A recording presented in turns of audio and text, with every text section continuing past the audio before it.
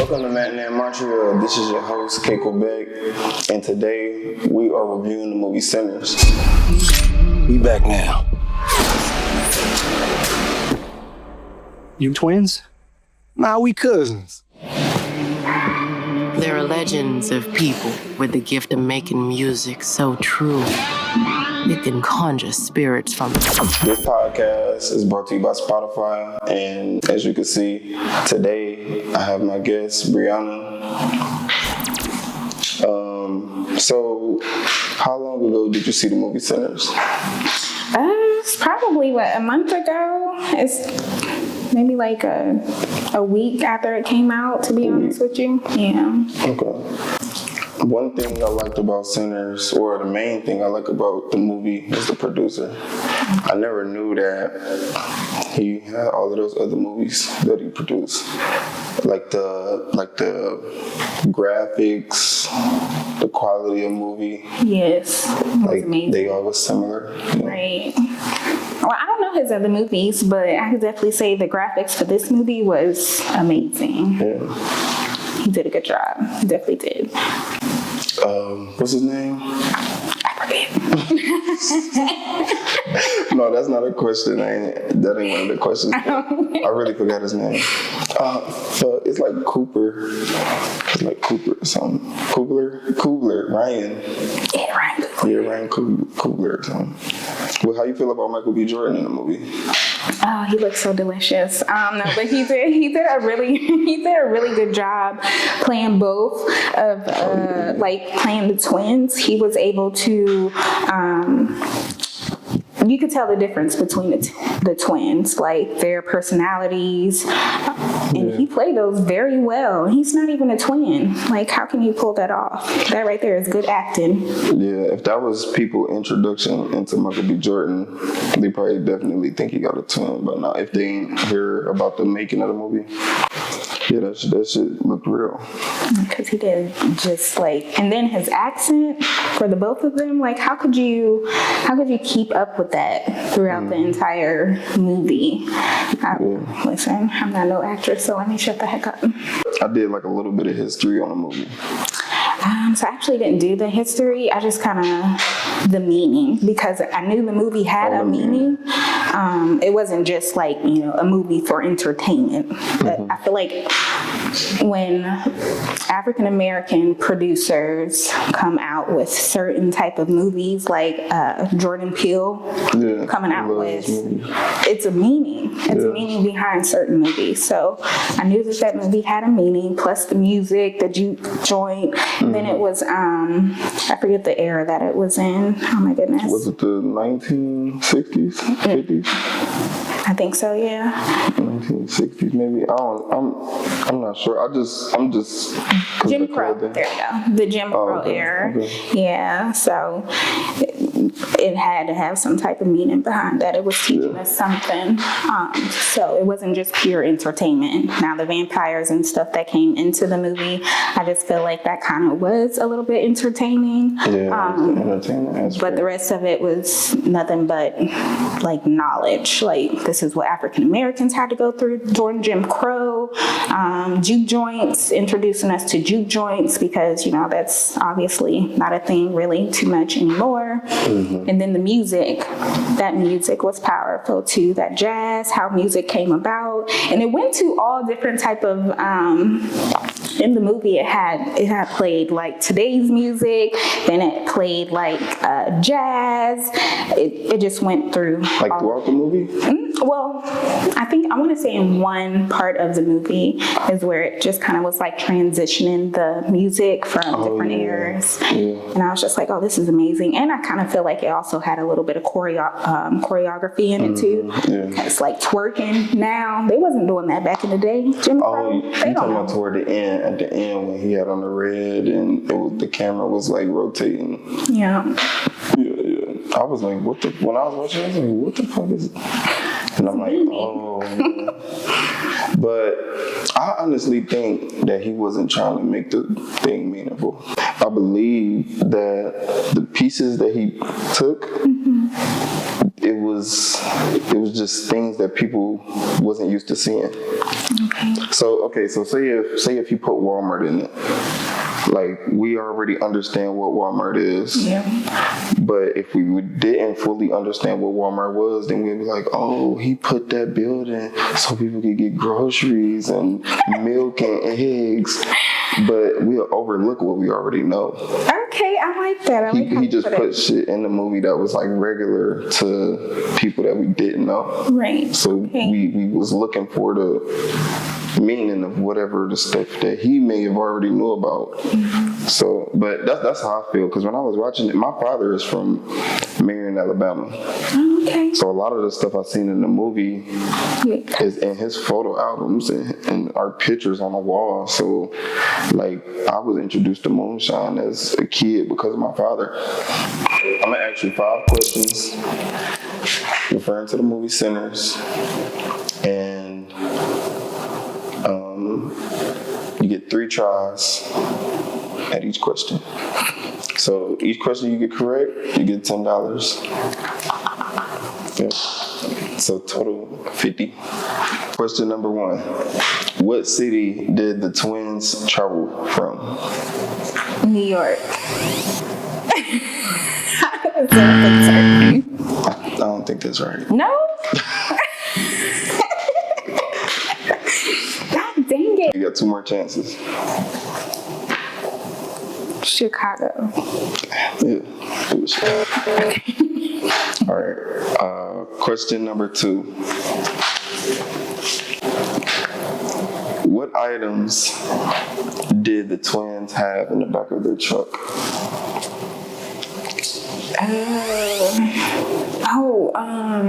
I want to say it was liquor. Oh my goodness. You're right. Wasn't it? It was just liquor? Yeah. I was going to say a shovel, a rope. It was alcohol. All right, question number 3. All right, this one might be about to be a little harder. What favor did he need from the Korean friends?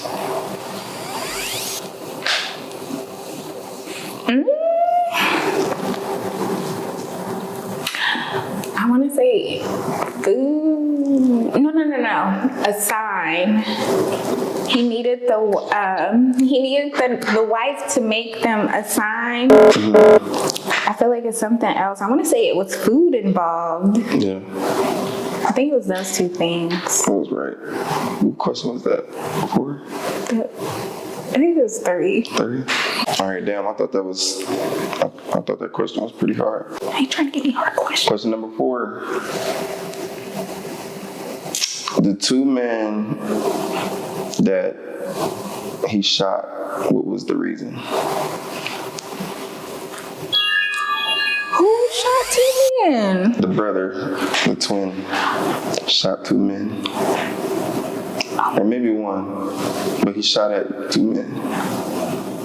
Oh, okay, because they was trying to steal his liquor, or they was looking in the trunk. You talking about that scene? Mm-hmm. Okay. I think that's I think they're wrong. trying to rob him, right? I think that's wrong. No, that ain't wrong. That ain't wrong. He's not trying to give you this $50. Question number 4. What state was the movie filmed in? Oh my gosh. I don't know if I want to guess this, because if I guess wrong, that's all bad. All 3 times. Oh, Lord. You don't know, for real? Let me guess. I know it was in the South. Mm-hmm. That I do know. So if you get it wrong, I'll give you half a point. But you gotta you gotta try to get it right. God damn it. Damn, what state? And it's so crazy because wherever they shot it at, they didn't even play the movie in the movie theaters, which is crazy. They wasn't able to see it in their movie theaters. In the city? In the state? Yeah. Oh, damn, I didn't know that. That's fucked up. I be reading too much, that's why. I want to say, all right, I'm going to guess because I really don't know. I don't remember. Alabama. No. That's where the story, some of the story was originated, though. Oh my gosh. My mind just like went blank because like what are all the southern states right now? You real close. You like... No, I was gonna say something that's not right. I was gonna say Memphis. Close. You closer. Oh my gosh, I don't know what other southern states is close to Memphis. This is bad. This is like geography 101. Oh Lord. You super close. You got real close. Well, it'd be Tennessee. Tennessee? No, I'm saying you said Memphis, but the state would be Tennessee. Oh, okay. But you got closer to the state. See, that's how you know you're gonna go back to school.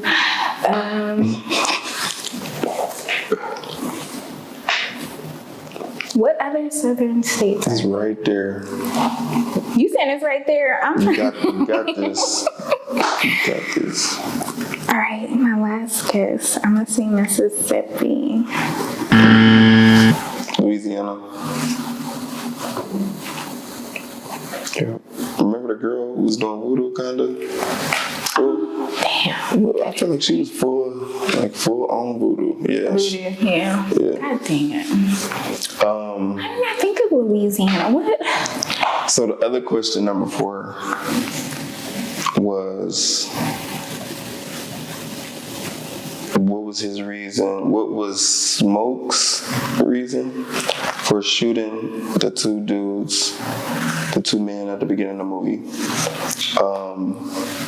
I feel like in the movie it appeared to be that they were stealing, but I believe he asked them about, like, he shot him and he said, "Nigga, remember you owe me that money." So he owed him money. You might be right. I haven't seen the movie in a month. You just seen this. Yeah, but I might be wrong because I really I thought it was because they was trying to rob the truck because the little girl was watching it while he had ran to talk to the Koreans. Mm-hmm. And they was trying to look in the back of the truck to see what was back there.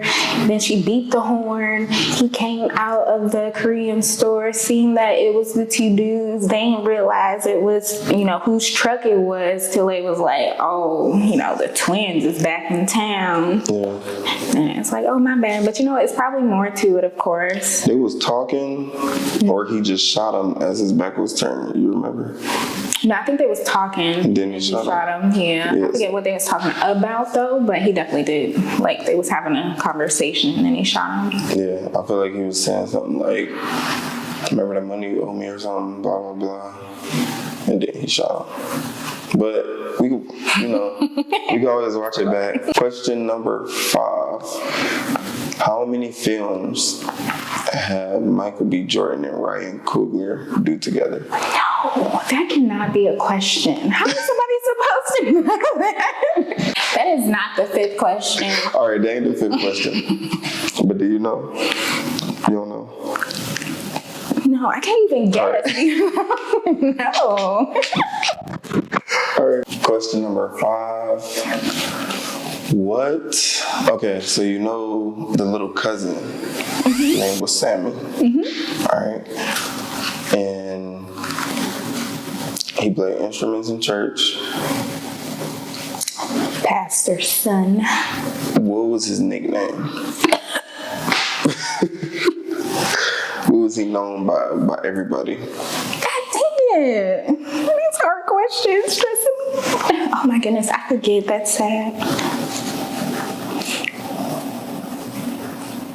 You really thought this question through, huh? I mean, you can get it right.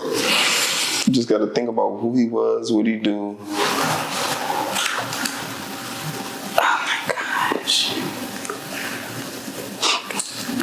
We'll be here all night. They called him when he introduced them to everybody. Preacher's boy. What'd you say? Preacher's boy. What the fuck? No? Yes. How the fuck did you know that? Okay. Damn. Okay, you got it. Okay. That's crazy. You did super good. So the fact that you pushed that last one out, I'm gonna give you the point you missed because I was trying to, make it real difficult. I know. All right. Okay. I'll see you. So this segment is called Business Talk. Okay.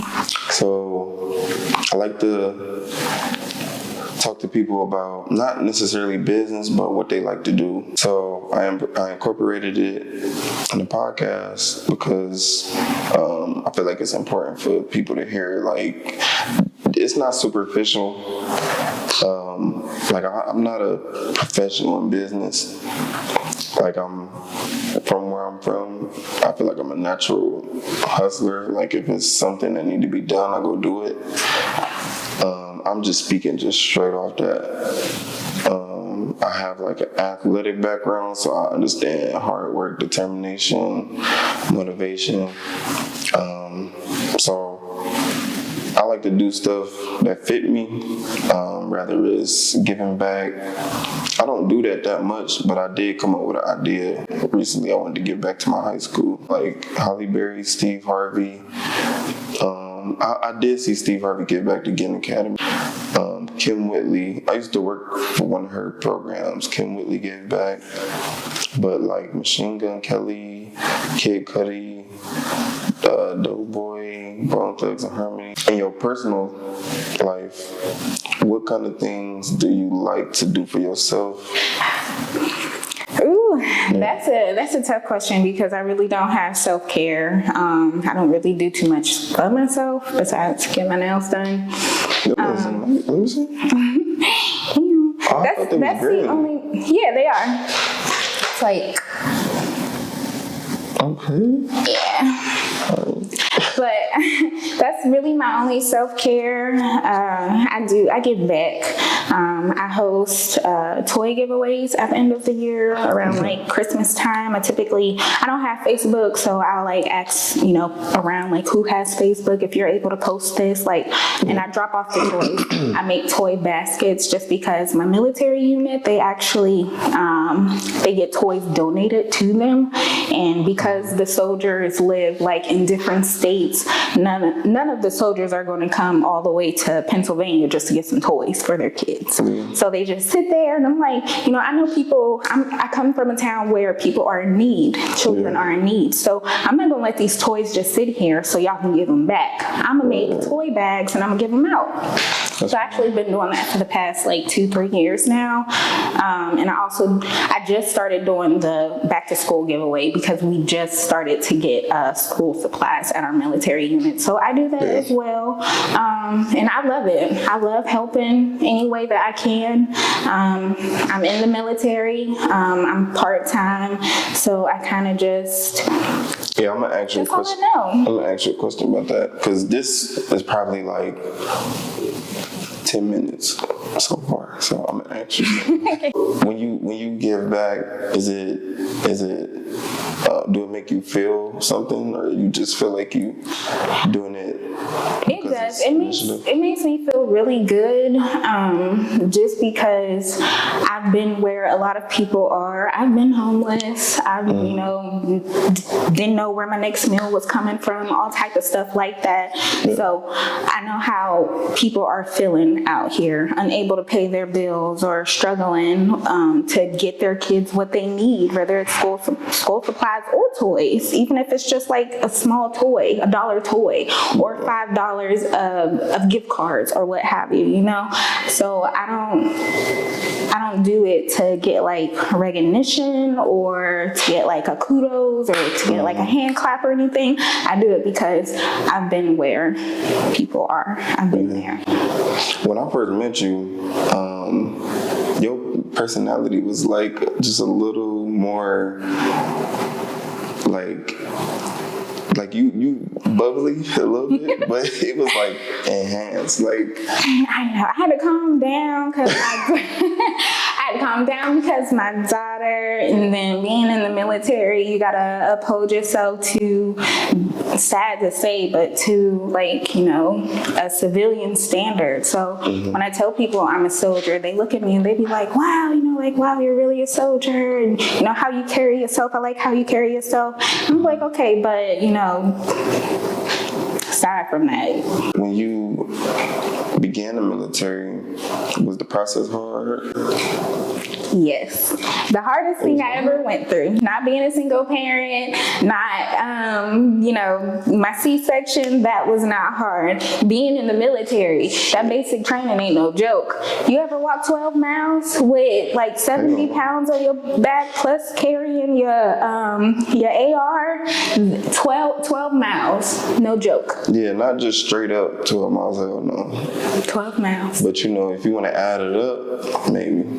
But straight, hell no. Straight. And we had to beat the time. So, yeah, it was real. So the way I view stuff like high school, college, military, jail, like it's all institution and it's created to mentally break you, to be honest. It mentally breaks you. It's built to mentally break you for the business of what it is. Right, exactly. So jail, you know, is a business behind it. The military is a business behind it. High school, college, even being homeless is a business behind it. But that's why when I first came to college, I never looked at it as like academics.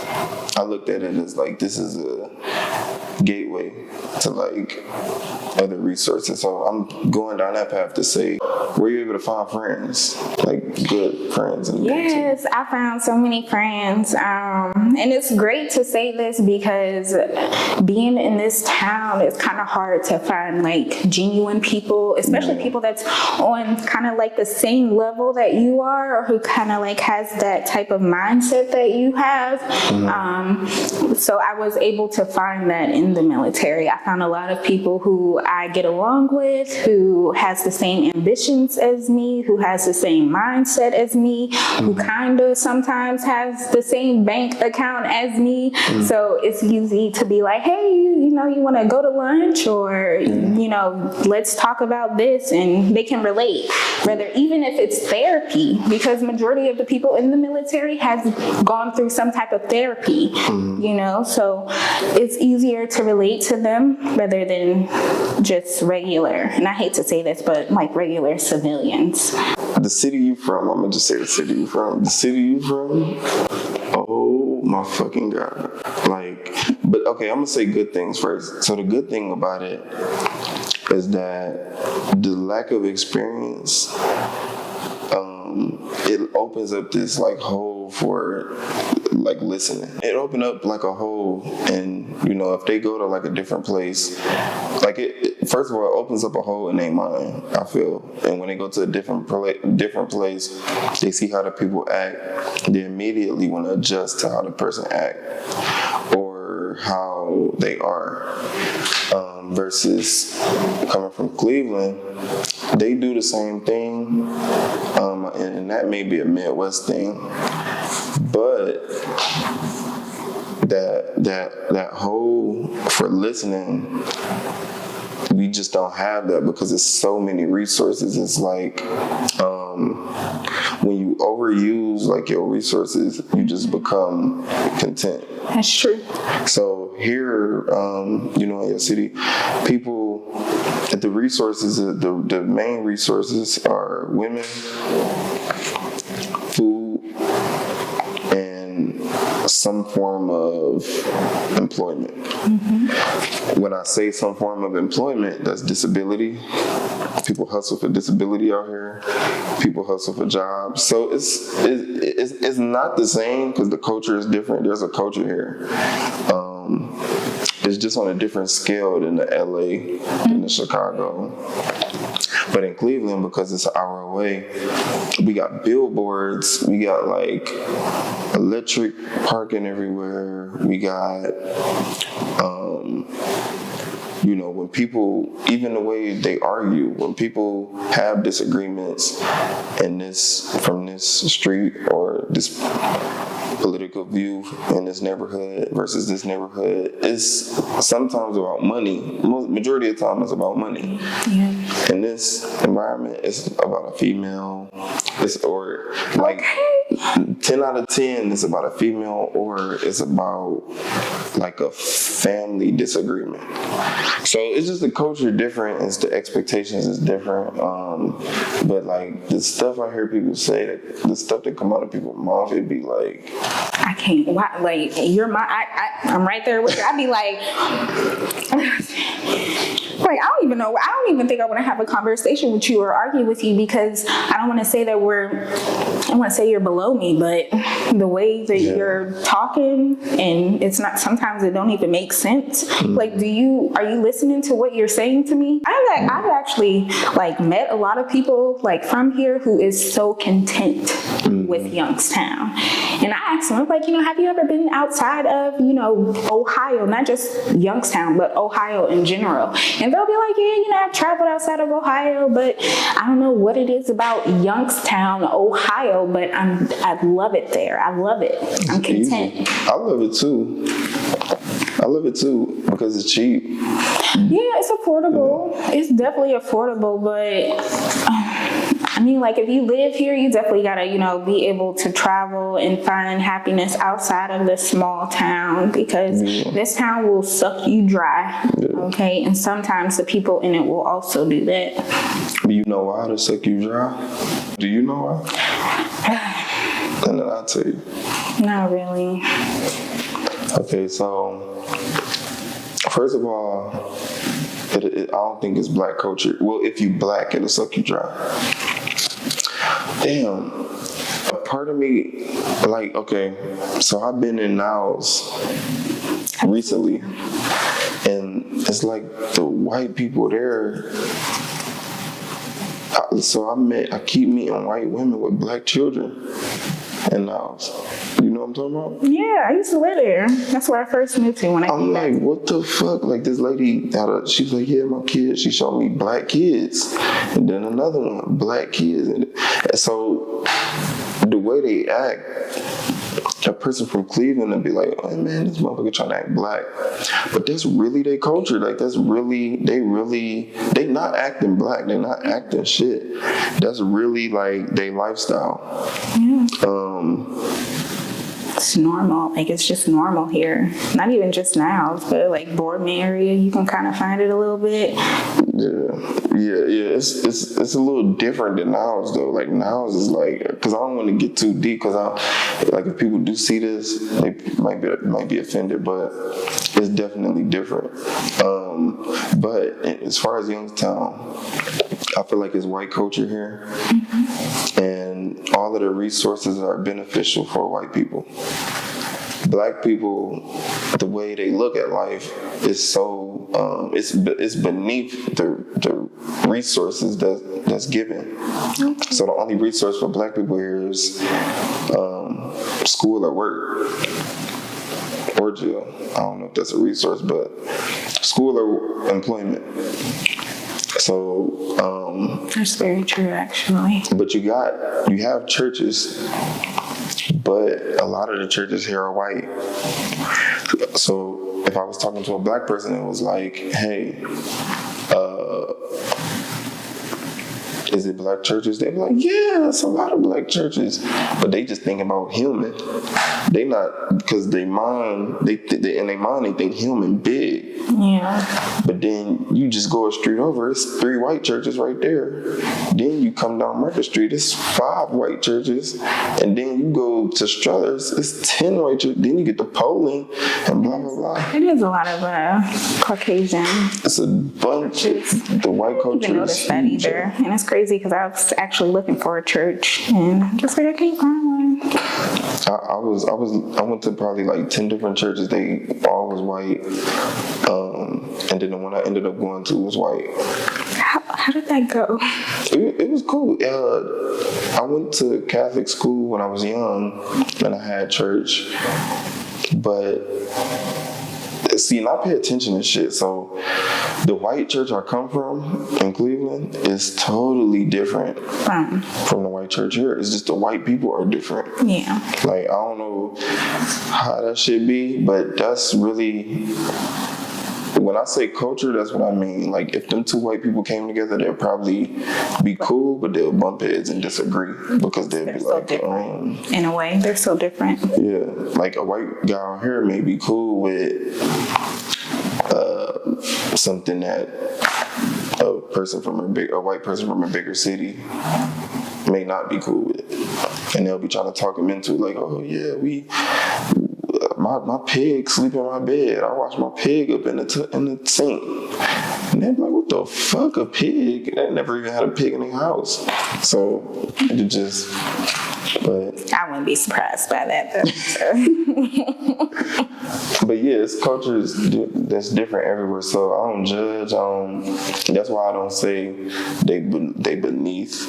Yeah. They just where they are. Like they only know what the city give through resource for them. But that's why white people here appear to be higher, because the resources that's available are wider for them. Yeah. African Americans. Yeah, that makes sense. I didn't even look at it that way. I like how you put that though. Yeah. So that's why people think like, oh, Chris, you like white people. Like, no, but I like resources. So if I need to be around white people to get the resources, then that's what it's going to be. Right.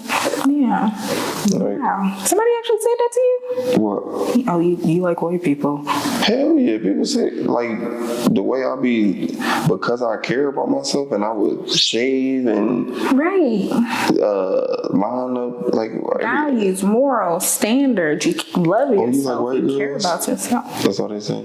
Well, I used to always get that, oh, you sound white girl. And I would get so offended because I'm just like, because I talk proper, because I pronunciate every letter in a word. Like, how can you? It just makes no sense. I learned that here.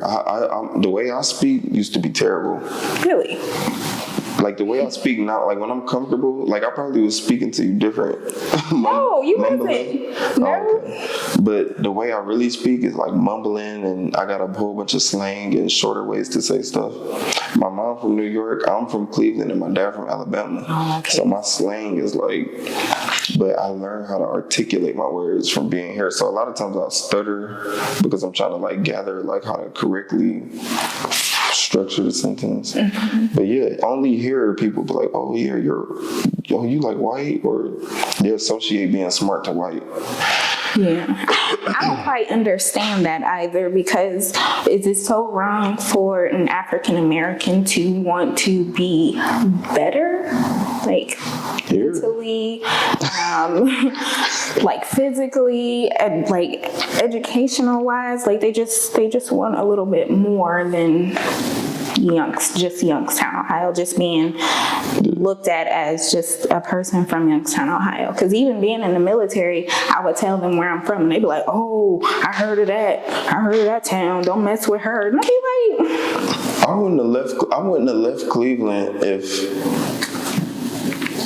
certain things was different. I wouldn't have left Cleveland. Mm-hmm. I thought Cleveland was everything.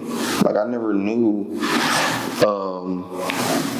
I never even cared to meet somebody from somewhere different. Like, I literally thought this was how my life was going to go. I thought I was going to get a job or however get money, and then I was going to move to the suburbs.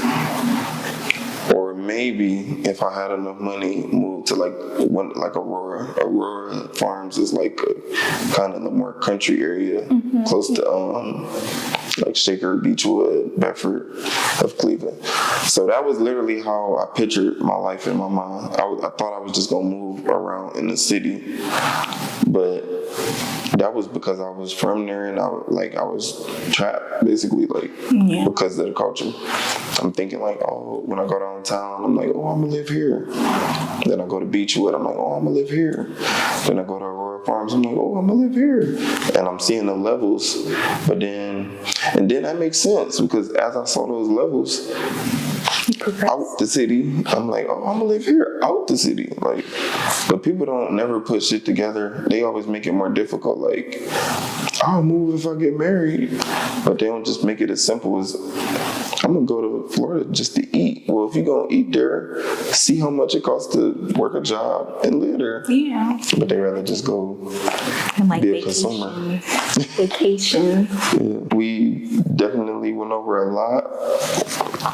Is it anything else you want to talk about? No, not that I have on my mind. I definitely do appreciate you having me. This was a great opportunity, and I hope I did not offend anybody, anything that I may say, but this is me 24/7. If you see me at work, you would probably be like, how did you get that job? So I get asked that a lot, actually. Yeah, I hope I didn't offend people. I'll speak like this to the strangers. I'm actually a little bit much worse because even when I'm at work, I be like this at work to my coworkers. They be like, Miss Al, you need to stop it. Don't get us in trouble. I be like, shut up. Yeah. Y'all too serious. The world is too serious. We need laughter. Oh, I do want to ask, one question before we end it. Because I got to let them know that they got to comment. Instead of personally reaching out to me, people would rather DM me than comment. Really? For real, I hate that shit. Comment so much. Comment. Let's not be in nobody's DMs unless you recommend it. My name. It be pissing me off. But this is a question for women being friends with women. Why do women hate each other? I can't answer that because I am a girl's girl. I love women, okay? I'm going to compliment you. I ain't jealous of you, girl. I love your shoes, okay? If I don't like your shoes, then I ain't going to tell you that, obviously. But there's some girls you might be like, oh, okay, welcoming. You welcome it. Yeah. And then they be like... standoffish and stuff. I feel like, honestly, those be the type of girls that just kind of be jealous of you in some way. Like, they just be jealous of you. And it be no need for jealousy. Like, girl, I like your shoes. Let's talk. But I've been there because I definitely just lost a female best friend because of her jealousy. She was jealous of me. But I used to buy her stuff. Like, my money was her money. Mm-hmm. So I really can't speak on why women are jealous of other women. All of these questions is in relation to sinners. So okay, we can talk about I really I can't answer that. Okay, what about, because in the movie Sinners, we saw him shoot another man. So why do men hate each other? Or why do it appear that men hate each other? Why do black men kill each other so much? Because I was at a point to where I thought like that. When I see black dudes, I'm gonna just say this real quick. When I be walking somewhere and I'm kind of tall, I'm kind of big, dreads, whatever, tattoos, dudes be like, so I'm so funny, I'm so how I am. I be walking, looking how I look, and then I'll be like, "What's up, bro?" And then you'll see this tough ass dude, "Oh, what's up?"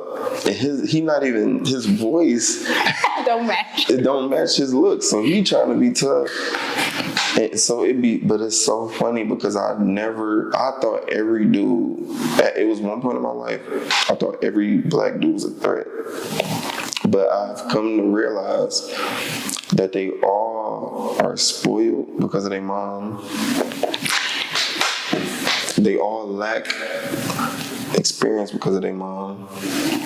And I feel like it's the same with women. I feel like a lot of women are jealous because their mom has taught them that trait. I don't think black women, it's changing now. Mm-hmm. There's not no shot at the young mothers, but it's a lot of young mothers that can't shake that stuff they learn. That's true. The traditional back in the day black shit, they can't shake it. So their kids may, have some kind of effect. It may have some effect on them. Right. But when I was little, I'm just saying this to say this it was supposed to be real quick. But I'm just saying this to say it wasn't too many black mothers back in the day that was happy. You know, Yeah. They were just doing because they had to. I don't think they figure out a method. So I think nowadays, more black mothers are happy. But I always ask people that, why do black women hate black women, black men hate black men?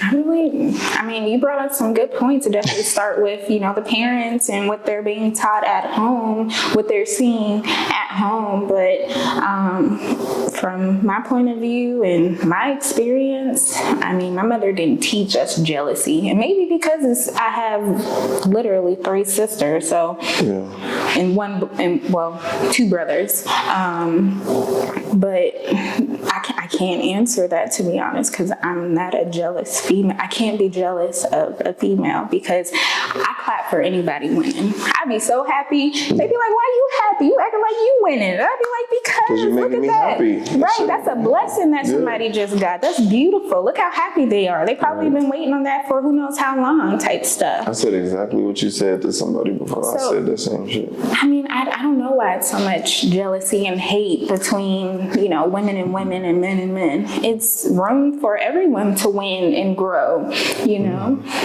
Just be happy for the next person because you want somebody to be happy for you. So reciprocate that, It's okay. And we're going to end it on that. Just be happy for the next person. Be happy for yourself. Be happy, yes. Comment on my videos. Comment, please don't DM. Subscribe and like the video. All right, yeah, that was a good one. Yes!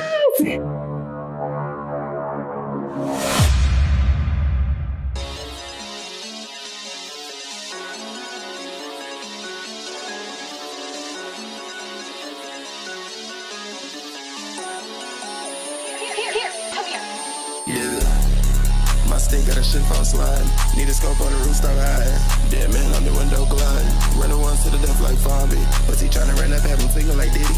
Nigga was stolen, I left him my shit. Hit with that Glock, he was down for a minute. Everybody whining, they all in a frenzy. Throughout his life, and I caught it like Frisbee. I'm tryna shake up the city. They got them blue dickies outside, but ain't nobody cribbing. Made that boy dizzy, he got a DA. I heard snooping, I fed him a Ruger, he chillin'. Stop stealing my music, or you gon' be snoozing. Listening to Luther, I'm an active shooter, nigga.